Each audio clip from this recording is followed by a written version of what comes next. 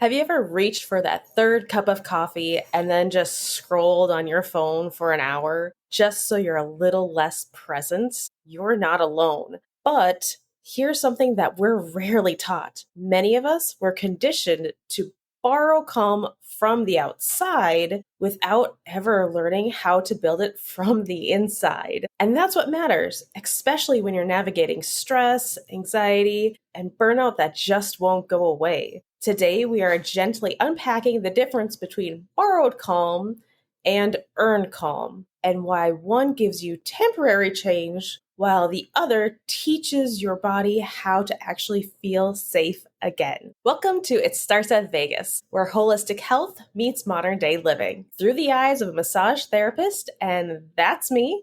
I'm Emily, and I am a neuromuscular massage therapist that helps people calm their mind and their muscles. And I'm here to guide you through the philosophy of the vagus nerve. It's the body's ultimate key to calm, connection, and overall well being. So if you have stress, anxiety, or you just feel stuck, you're in the right place. So take a deep breath in, settle down, and let's explore how we can use our nervous system to support our bodies. Let's start today's episode talking about borrowed calm. Borrowed calm is anything that outside of us that gives us that quick hit of, I feel better now, but it wears off fast. Some of these things might include that glass of wine that you pour before your brain can even name why you're overwhelmed. It might be zoning out in front of a screen instead of checking in with how you feel. Could be reaching for sugar or coffee or something stronger to just get you through the rest of the day. Even relying solely on anxiety medication without any internal tools to support your body, what you need to know is that borrowed calm is fast and is often encouraged. But here's the thing, it doesn't teach your body anything. It doesn't build up that resilience. It's actually conditioning your nervous system to outsource its safety. And over time, your body starts to lose trust of yourself, and that it loses its trust that it can settle down on its own, which is why learning how to calm your nervous system is so important. Now let's shift onto what I call earned calm. Earned calm is the nervous system's love language. It's the kind of peace that comes from the inside out. It's slower, but it lasts a lot longer. Every time you practice it, you're building your nervous system's capacity to handle stress, that it's grounded and in a healing way. So let me talk you through my favorite framework to have this earned calm. And there are 4 gentle steps that you can just do over and over again, especially when you feel like you're spiraling or checking out. 4 R's of earn calm: recognize, regulate, reflect, and repeat. First, recognize. You need to pause and name what's happening in your body. Is your jaw tight? Are your shoulders creeping up? How is your breathing? Is it really shallow or really fast? Those are all ways that vagus nerve responds to awareness. And when you name what's going on, you're telling your body, okay, I'm listening, I'm here, you're okay, and we can start settling down. Which brings us into regulate. This is where we bring in the tools to help that vagus nerve calm down. Whether it's breath work or humming, you could stretch, or simply stepping outside and noticing the ground beneath you or listening to the birds sing. It's just something that you can start reflecting on your surroundings. And these aren't just self-care tools. They are literally biological interruptions that signal to your nervous system to shift out of that survival mode. Next step is reflect. When you feel even 10% calmer, ask yourself, what just happened? What did I need? What was I actually feeling? Tools that help with this are journaling. I personally really like voice notes where I can just talk to my phone and it just jots everything down, because sometimes I talk faster than I can write. That's something that really helps me. And you can even think through this while you're folding your laundry, and that allows your body to help connect the dots about what just happened. Last step, repeat. This one's big. The nervous system learns through repetition. That one breath, it becomes five the next day to help slow down. That kind of sketchy journal entry that kind of wasn't really all put together as well as it could have been, it becomes the next insight. It tells you, oh my goodness, what just happened?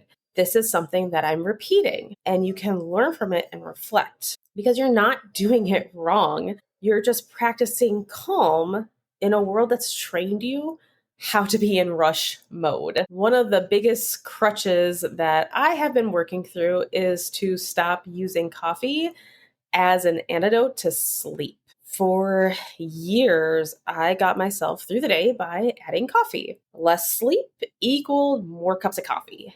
And I hate to say it, but it worked. But it really didn't. I ended up relying on that coffee to help me through the day. It also supported my bad habit of revenge bedtime procrastination, where I purposefully didn't go to bed because now the coffee was keeping me awake and it was allowing me to stay up longer and longer. And so that I didn't go to bed, which then my body didn't have time to rest and rejuvenate. And then all in all, it started taking a toll on my health. And when that started happening, I'm like, okay, I need to look over my habits because our habits are what make us today's version of ourselves. That's when I realized I needed to make sleep a priority to help my stress levels go down. I started implementing a healthy morning and an evening routine. And now I go to bed earlier and I even crave going to bed early, which that was really weird for me at the beginning because just like losing habits were like, well, I used to like this, but now I don't. But I looked, okay, which one is healthier for me? And so that encouraged me to go to bed earlier and earlier, even though it felt weird. Now, do I still drink coffee? Yes, I do. But I don't use it as a crutch. I often wait hours after I wake up before I drink the first cup. I do try to limit it to one and try not to drink it at the same time every day. I don't want my body to rely on it and anticipate it. And that's really working for me. It really is helping me enjoy going to bed. It's giving me better quality of sleep. And that is how I kind of realized that I was using coffee as a crutch just to get through my day. And now I rely on sleep, which is so much better. Overall, let's be honest, internal calm is a long road. Borrowed calm feels easier at first. Borrowed calm is kind of like the fast lane. And when your brain is screaming, make it stop, the last thing you want to do is journal about it. But the fast lane never teaches your body how to drive. It just reroutes you until that stress comes back again. And it does come back again. So we stay on that hamster wheel of stress and then cope and then numbing it. And then we repeat that cycle and it goes on and on. But you deserve more than that. You deserve a relationship with your body to where you feel safe, grounded, and capable. And that starts with teaching yourself how to calm down, not through shame or even willpower, but through connection. We want you to connect to your body to realize what works for you and what doesn't, and then tweak it through your day so that you can have more good days than rough days. And you can learn how to calm yourself down. If no one's ever taught you how to soothe your nervous system from the inside out, that's not your fault. We were sold comfort in a mug, peace in a pill, calm at a checkout cart. But now you get to reclaim it because your nervous system isn't broken. It's just been waiting for you to show it another way. So let's recap.